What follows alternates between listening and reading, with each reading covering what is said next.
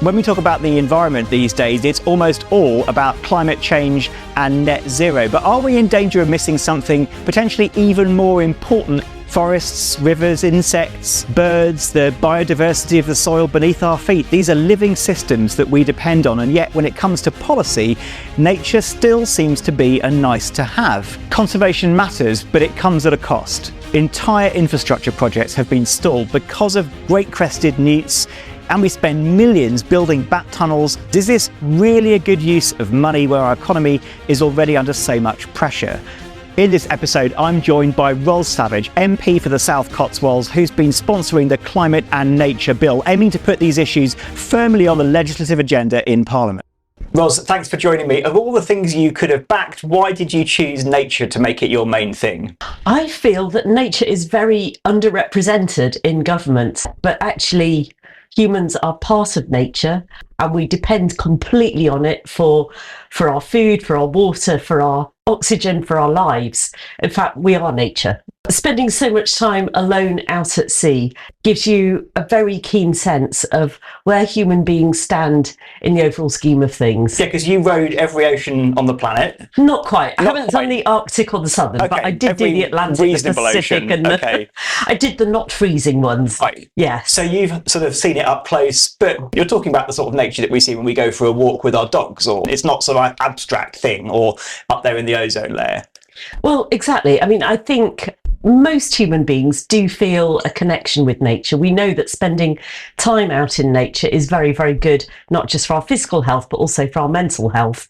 The ocean roam was definitely very good for my physical health, maybe not quite so good for my mental health. How long did it take?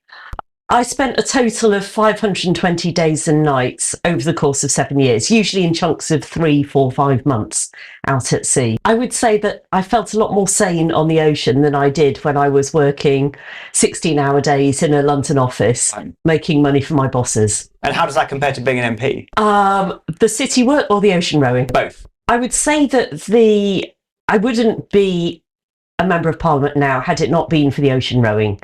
It, I suppose, revealed to me that I've got inner resources of strength and courage that I didn't previously know that I had, and that I'm willing to do very hard, difficult things that most people in their right mind would run a million miles away from. The reason I did the ocean rowing is because I wanted to get a message across that we need to take better care of the earth. I don't like exercise and I'm scared of the ocean. Right. And I now know that being scared of the ocean is a very, very valid perspective. But I wanted to do it because I could just see that we were on this very destructive and self-destructive path. And I wanted to do whatever I could to say, people, we need to change course here. Yeah. So rowing across these oceans, difficult thing. Row it to building stuff. Get elected as an MP, pretty difficult thing. I certainly found it pretty difficult. Yeah. Now you're there in the Houses of Parliament. You've taken on nature, or the role of being the spokesperson for nature. I had to say self-appointed. It's not official. Well, the best jobs are. But what are you trying to achieve? What are you trying to do through Parliament to sort of speak up for nature? That we really need to include nature at the heart of policy making. At the moment, some of the big bills coming through in the course of the last year, while you and I have been there, let's look at the planning and infrastructure bill that seems to be doing away with a lot of natural protections. Let's look at the ambition to build 1.5 million houses. Yes, we need the housing, but we need to do it not at the cost of nature. And there are ways to combine these things. It's been presented as a zero-sum game, and I get really frustrated with that. Okay. Because if we do this right, it is possible to balance nature and our need for development. Well, this is the central question, isn't it? And I make no apology for speaking out for the people watching who perhaps are not convinced that it's a cost we can afford to indulge in. Nobody wants to see shit in the oceans or destroy the beautiful places where we work and walk and have our leisure time. But can we really afford it? And particularly when it comes to things like infrastructure and house building, there is a direct cost, is there not, of doing the sorts of things that you wanted to see put into legislation? So nature doesn't actually cost us anything. Nature just does its thing. I know that we like to actively restore it and we like to claim that we planted however many gazillion trees, but actually if we just leave nature to its own resources, it is resilient and it can heal itself. It doesn't need us to look after itself. It survived very well for a very long time before humans came on the scene. So I think what you mean is, can we afford not to develop? Is that what you're getting at? I suppose I'm conscious of recent headlines around bat bridges and roads, for instance. So hundreds of millions of pounds literally spent protecting a few hundred bats. So let's look at the other ways that we could have done things. So HS2, for example, the route that was chosen for that didn't have to go through ancient woodland. It's been made about the bats, but actually it's about the habitat where they live. So I do get very annoyed with the narrative around bats and newts, because it trivialises what has been done, the decisions that have been made, and also I think doesn't really convey that we made choices about where to put HS2. There's a whole other conversation about whether it was actually going to benefit the north of the country to make it easier to get to the south of the country, but that's for another time. Yeah. And roads, I mean, what would it have been like if we look back and decided that we were going to really invest in very good public infrastructure that was affordable for everybody?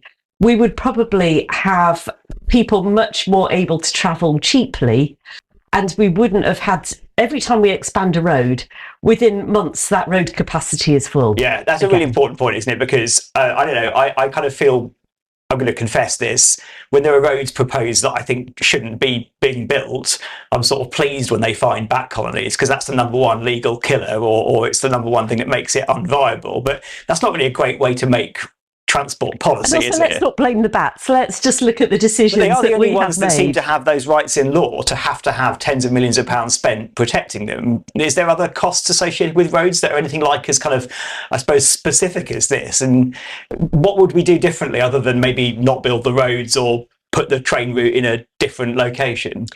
Other countries have gone down the pathway of investing more in railway lines, in buses, and I think that we know that car ownership is quite a challenging issue. I mean, certainly those of us who have to drive in towns or to park in towns can see that we're running into the limitations now of car ownership. But I'm in a rural constituency, you're in a rural constituency.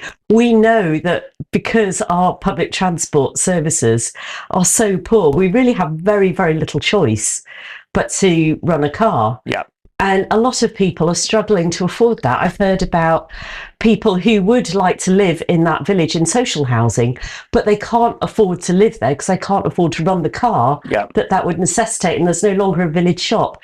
So what I'm saying is, let's not blame the bats for poor human choices. I hear what you're saying. I think from my perspective, it just seems that whenever we build roads, we just get more traffic. So there's a whole question there about the sort of public transport we should be building. Would you move the position a little bit on environmental protections if it were going to unlock big investment in affordable green public transport infrastructure, for example? Would you reduce some of the sort of cost thresholds to mitigate environmental impacts if it was going to give us a fantastic railway network, for instance? Well, I think you and I both know, after a year plus in the job, that politics is a lot about balancing competing priorities. And often we have to choose between a bad option and a worse option. And also, this is in the context of a fairly small and increasingly crowded country. We've got the same population as France in a country half the size of France. And most of us are squished into the bottom half of it. So I've never been so keenly aware that every single decision that's made about where to put a housing development or where to put a road, or indeed where to put a nature set aside, has got trade-offs. So, I think at heart I'm a pragmatist, and we need to make sure that we are protecting, I think, genuinely endangered species. I'm going to take a little detour here.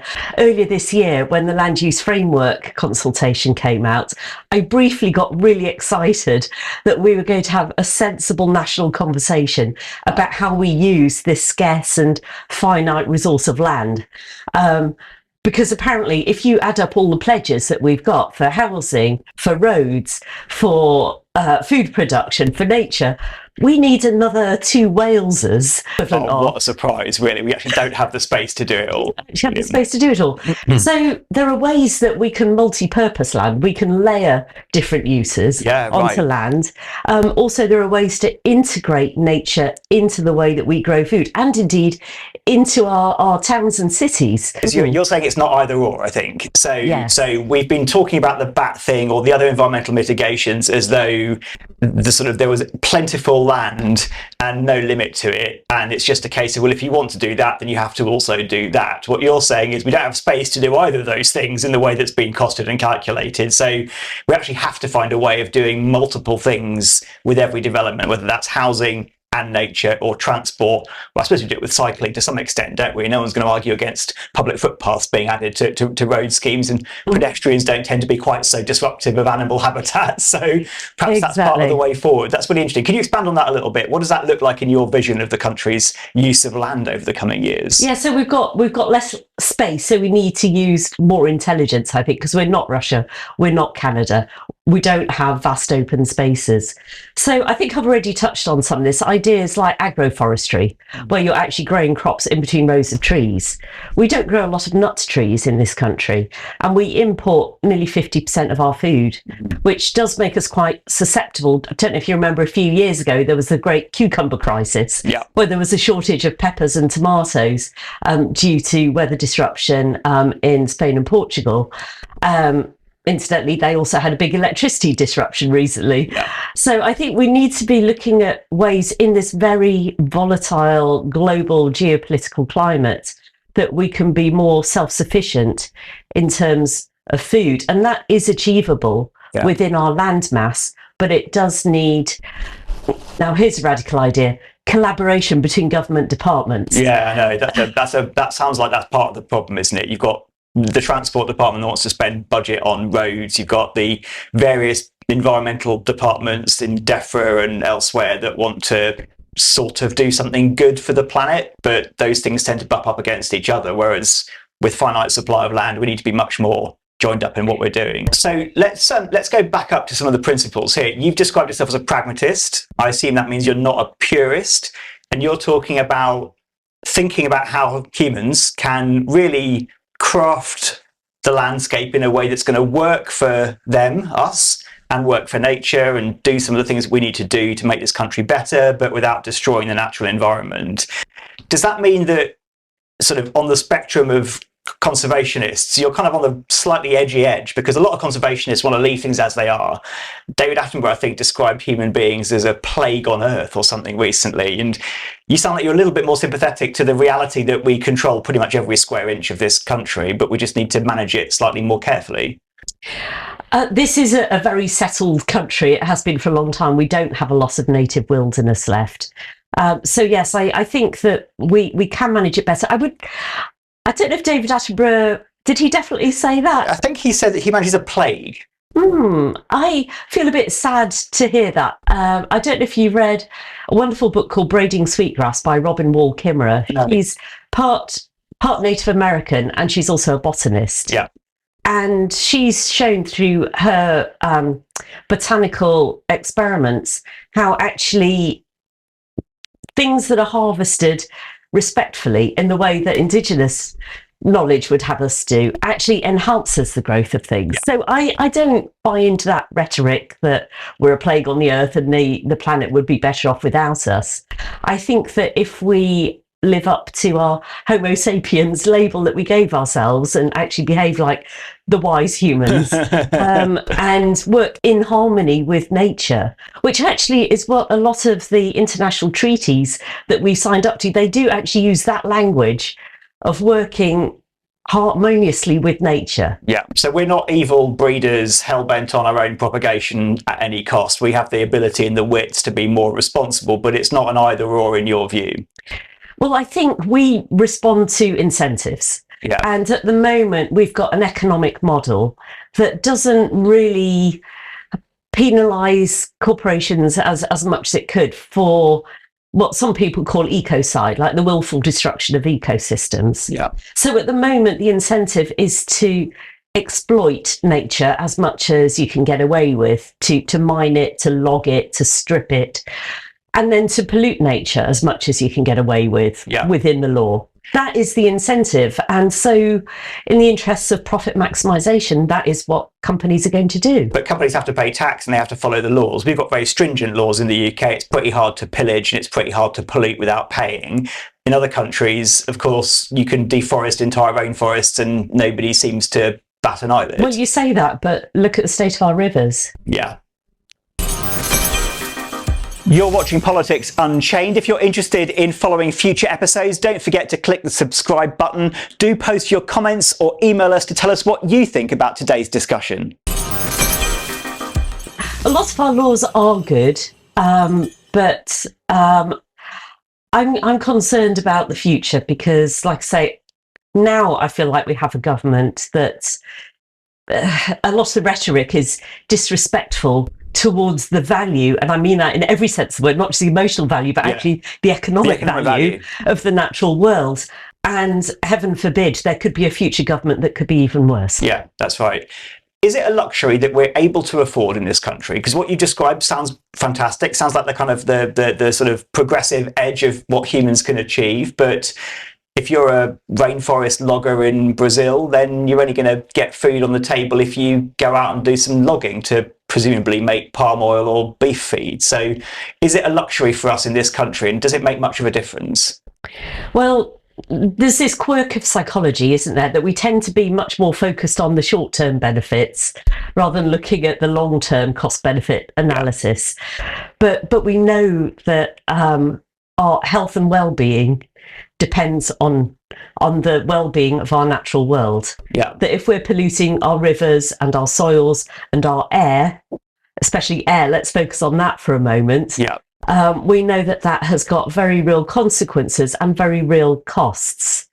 So it gets very complex trying to actually quantify all of this. But I think that we absolutely have to take that into account. So there's a future. And I take your point about developing countries. Yeah. But here, if our wealth in this country was better distributed, which it isn't, we've got terrible inequality, the 9th worst in the developed world.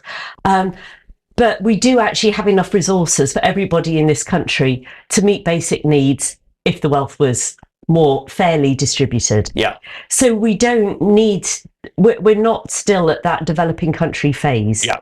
Yeah, so there are other countries that can't afford to do this at the moment for whatever reason, but we're buying their stuff, aren't we? We're buying stuff that's crammed full of palm oil that's probably been produced in a rainforest in South America. Like, do we need to tighten up on our procurement, the way that we buy stuff in this country, if we're not going to just be paying token gestures to the stuff that's on our doorsteps?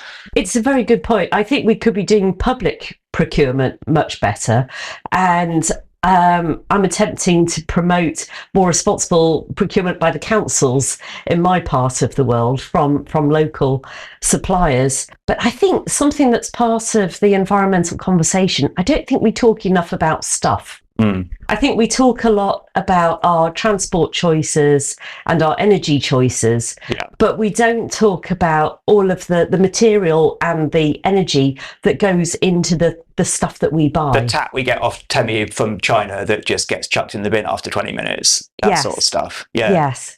You're being very careful not to tell people what they should and shouldn't be doing, which I really respect, because that's part of, I think, where this conversation has become a little bit split and there have been people on sort of one side and the other. Do you think that the nature movement as a whole has got some responsibility to bear for that?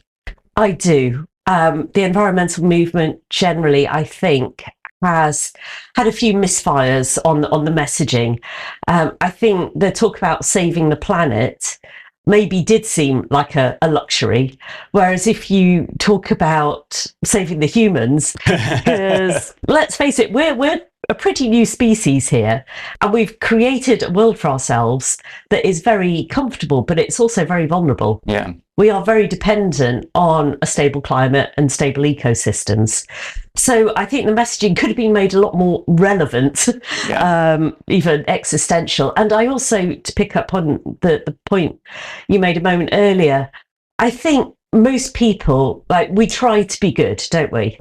We think of ourselves as decent. And so when someone comes along wagging their finger at us and telling us that the way we've been living is bad, of course, we're going to reject what they're saying or tell them to get lost in no uncertain terms. So I don't think anybody likes to be lectured at. I know I don't. So I really try not to tell people what to do. I'll say what I believe and how I try to live my life, but I'm certainly not going to start lecturing people about how they should be living theirs. Do you think we need to disrupt things and glue people to pavements and damage monuments in order to raise the awareness of the issues? The great thing about radical campaigners is that they make those of us who would otherwise look radical look extremely moderate and reasonable. So thank you, Extinction Rebellion and Just Stop Oil. I know that a lot of people found them very annoying, but I also really admire the passion of people who feel that this is existential and it is urgent. I suppose only time will tell whether that has worked in the long run, whether it actually created more resentment. I also think that there's been maybe that sense of, oh, anything that I do doesn't really make that much of a difference. Yeah. Like my little flight off to Spain isn't, sorry, I realise that sounds a bit lectury. I will say that I do fly, so I'll put my hands up on that. Thanks for being so honest about that. Yeah. I mean, you can't row everywhere. It's just not practical. You tend to arrive a bit late at conferences. So I think we need to recognise that we do all have a say in the kind of future that we want. So every time we make a choice about the way we get from A to B or what we buy or how we throw something away, it is making a contribution that, yeah, sure, we're one of 8 billion people on this planet, but it really does all add up. It does all make a difference. As for that connection between nature and climate, this was really the point of the Climate and Nature Bill that I brought earlier this year as a private member's bill to Parliament. That it was saying that we have to see these two things as inextricably linked, two sides of the same coin.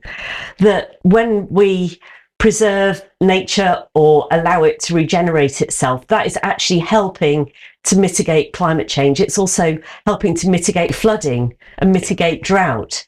So it's actually really, really helping us. Likewise, if we don't pay any attention to our climate impacts, that is going to impact on nature. So that could be either a destructive spiral or a virtuous spiral. So we really have to see those two things as completely interconnected. So you're ploughing a furrow that I think is quite relevant to people. It's not about telling people to stop doing what they're doing, but small choices make a difference. It's not an either or, because actually we don't have enough space to do everything. So we're going to have to find ways of doing things that are helping our infrastructure and also not destroying the natural world around us. That feels like sort of quite a compromising middle ground. There are those, of course, who are still a little bit sceptical when some big numbers are used, like species loss and acres of habitat. And I think they're probably folks who feel like we've just got to get on with it and do what we need to do as a country.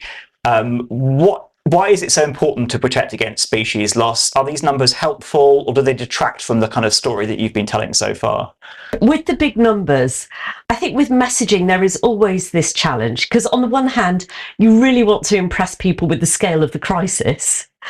But sometimes those big numbers can make people shut down and just go, oh, we're all screwed. Yeah.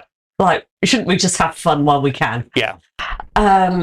So I think what I personally find more helpful, this applies to human tragedies as well. When you find that one iconic story that just sort of encapsulates the problem and will appeal more to people's emotional attachment to nature, like their love for nature. Yes, you can talk about the 6th mass extinction and 10 times the background rate and all of that, but if you talk about a water vole or something like that, some kind of iconic species, that's more likely, I think, to make people go, oh, actually, yes, I would be sad if that was no longer on this planet, and I want to do something about that. So then the other part of the question about, is it actually important that we have a lot of different species? I'm going to answer that in the context of deep sea mining. Deep sea mining? Yes, okay, which I know may seem very far away from it's not something I've ever done, but go ahead. Yeah. So in our desperate search for more minerals to manufacture more stuff for us to buy online, we're looking at extracting minerals from the bottom of the ocean. Yeah. But the bottom of the ocean is even less explored than the moon. Yeah. At the moment. We just don't know what's down there. And there could be species there that could be really valuable to us in terms of ingredients for pharmaceuticals.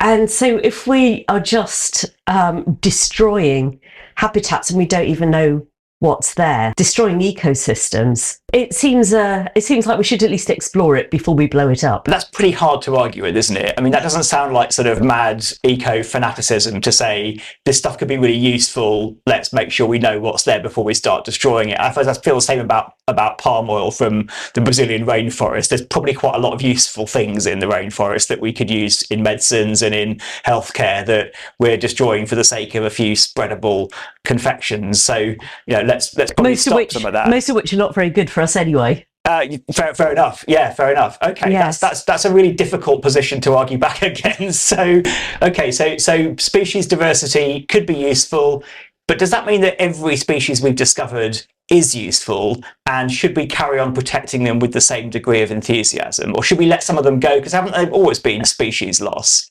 Absolutely, there's always been species loss, and I suppose that the challenge of playing God and going, well, let's keep these species but not those, is that we just don't know yet.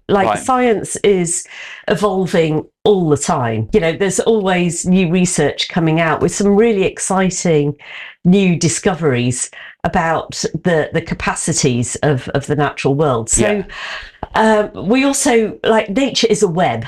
Yeah. It's not like government departments. It's not just a lot of siloed entities. Everything connects with everything else ultimately. So you don't know if we go, oh, we think that species is dispensable. Yeah, let's just go and trash their environment. We could go, well, those orangutans, they're really cute, but do we really need them? We can't eat them. I don't think. So let's let them go. Yeah. We just don't know the interactions between them and the other species in their particular ecosystem. And I think this is something that in our rather sort of left-brained reductionist way of looking at the world, that we do look at things in isolation. We don't see all of the relationships between everything. There's a lot of research into the sort of living stuff inside us that helps manage and regulate our health.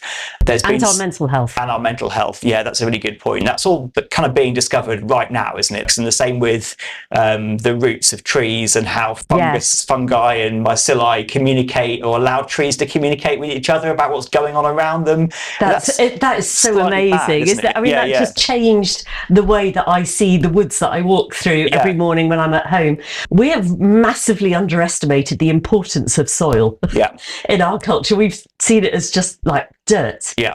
And yet a healthy soil is absolutely crammed full of microorganisms that make our food healthier to eat, that draw down carbon into the soil, that absorb a lot more water, mitigating flooding.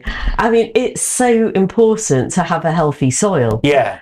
So you are what I think academics would call anthropocentric in your view of the world. You think that humans are kind of in charge of the planet at the moment, and that we need to be perhaps slightly better managers of it? Or do you think we've got to get some rights and give them to creatures that aren't human if we're going to exist in equilibrium? I'm chafing a little bit against the in charge of the planet. Right, I mean, certainly we are the dominant species.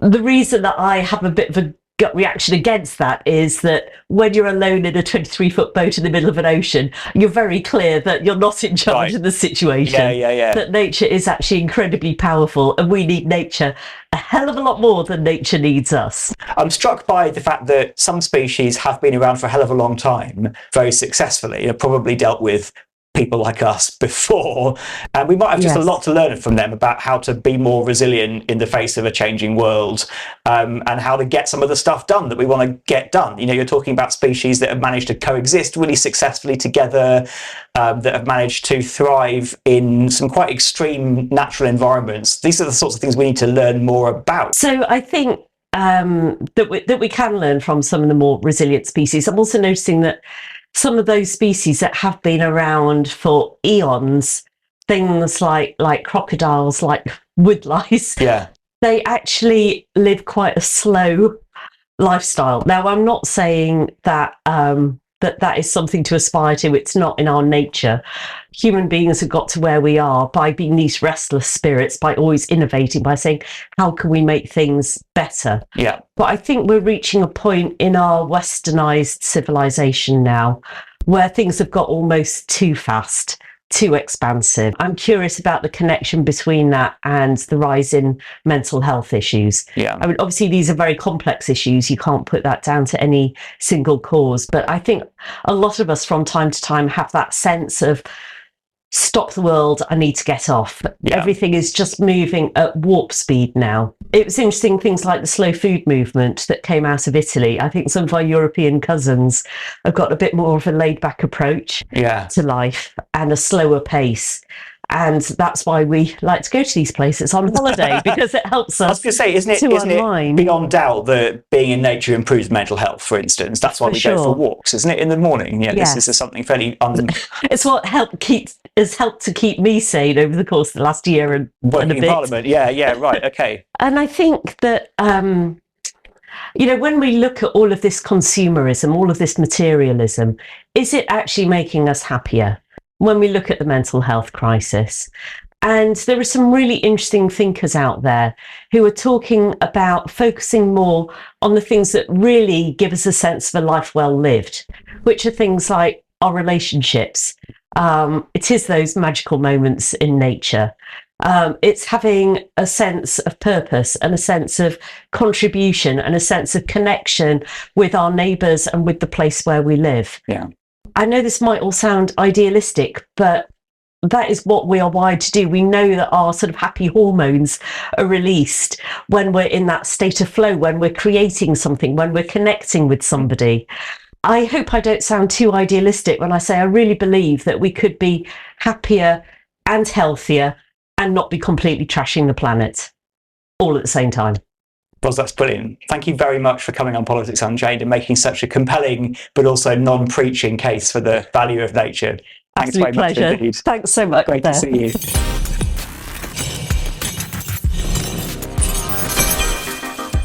I was really expecting Roz to be much more preachy about the things we need to do or stop doing in order to protect our environment and our nature in particular. But what I found was somebody who was utterly convincing, not just about her own passion for the subject, but about why it's so important for us to protect our natural environment. She came across as a complete pragmatist who's as frustrated with some of the tone and rhetoric of the environmental campaigns that have gone before us as perhaps I or you are. I was really impressed by how she connected our own well-being to our preservation of nature and made the case for how we can literally do both and why it's so important that we do.